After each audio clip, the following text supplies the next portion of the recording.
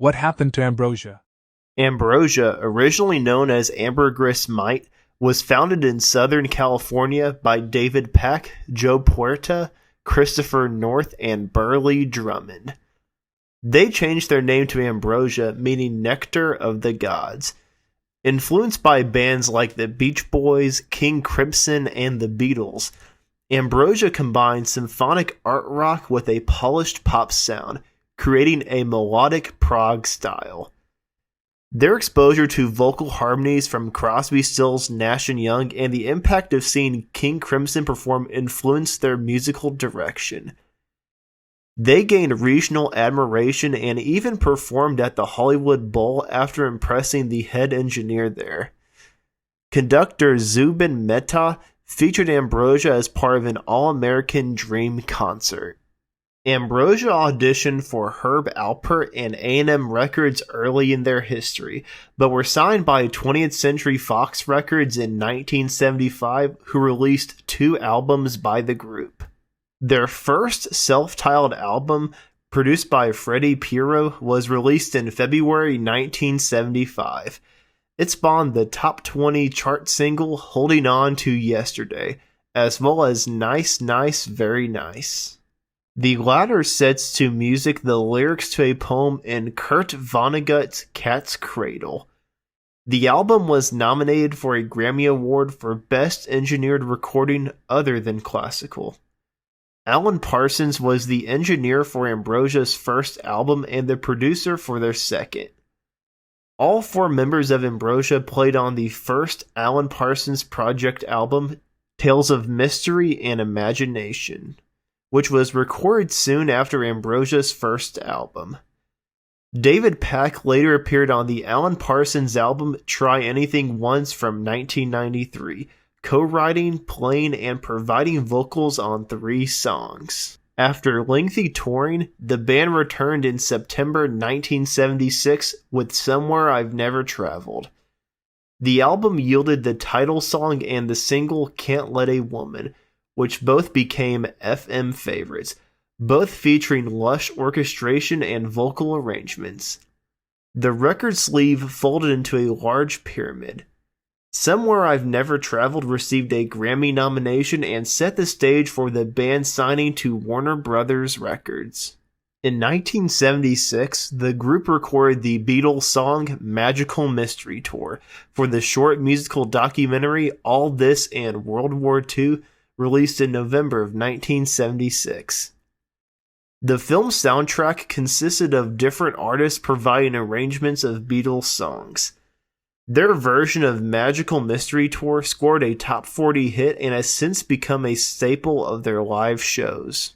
In August 1978, Life Beyond LA was released. It marked a move away from their lush arrangements and introduced a more raw, aggressive jazz R&B influence.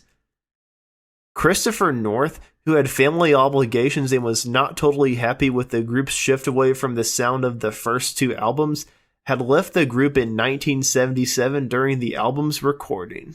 The year 1978 marked their biggest pop breakthrough with their first gold single, How Much I Feel, from the album, which was a number 3 hit on the Billboard Hot 100.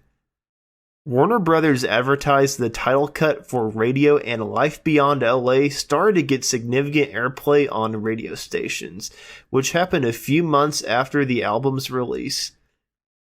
Extensive touring with Fleetwood Mac, Heart, and the Doobie Brothers, in addition to major headlining shows, cemented Ambrosia's reputation as a live act. For the 1978 touring band, North returned and the group added a second keyboard player, David C. Lewis, as well as an additional singer, Royce Jones, who joined in late 1978. In April 1980, Warner Brothers released 180, which produced 2 of the year's biggest hits. The first, Biggest Part of Me, reached number 3 for 3 weeks on the Billboard Hot 100, and it also crossed over to the Soul chart where it peaked at number 35. The second, another blue-eyed soul hit, You're the Only Woman, You and I, reached number 13 on the Billboard Hot 100. 180 earned the band 3 Grammy nominations, including Best Pop Vocal Group. A headlining world tour followed. For the Japanese leg of the tour, the group was joined by their longtime friend Cliff Woolley, formerly of the Association, who had also guested on Life Beyond LA on guitar, harmonica, and backup vocals. The title of the album, 180, was believed by fans to signal the group's 180-degree change in direction. However, the band says that the album title came from the fact that they began recording in January 1980.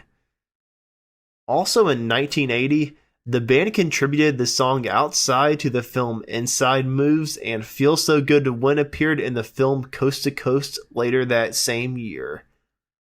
The following year, they placed another track, Poor Rich Boy, written by Burt Bacharach, on the soundtrack of the film Arthur. In 1982, David C. Lewis briefly left the touring group to be replaced by Bruce Hornsby, who several years later had a #1 hit with The Way It Is. The same year, Ambrosia released their 5th and final studio album, Rhode Island, from May 1982. Their first effort without the assistance of Freddie Pierrot's production company. Produced by James Guthrie, the album consisted of intense driving hard rock, outside of the soft ballad Feeling Alive Again and the progressive rock closer endings. Though it received some airplay with How Can You Love Me, the album was a commercial disappointment. The band broke up afterwards, ending their run of chart success. After Ambrosia, David Pack pursued a solo career and worked with various artists. In 1985, his solo album Anywhere You Go featured the song Prove Me Wrong, also in the film White Nights. Joe Puerta joined Bruce Hornsby in their range. In 1989, Ambrosia reunited, adding members for live shows. They expanded touring in 1995, and a greatest hits album came out in 1997. The band continued touring, undergoing lineup changes. In 2000, a 30th anniversary tour occurred. Pack left in 2001, replaced by Doug Jackson. Various musicians filled in. Ambrosia released albums and compilations. David Pack's solo projects emerged in 2005.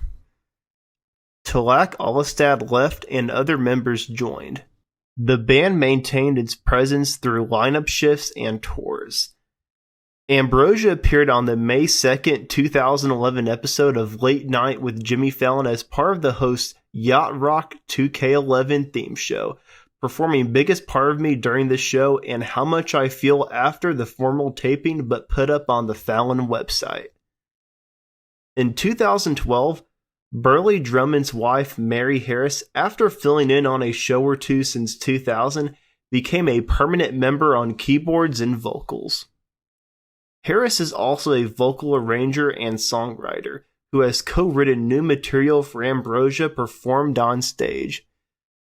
She has previously worked in varied capacities with Pink Floyd, XTC, Stanley Clarke, and for many years with Jimmy Buffett. Ken Stacy rejoined in 2014 after Rick Cowling departed.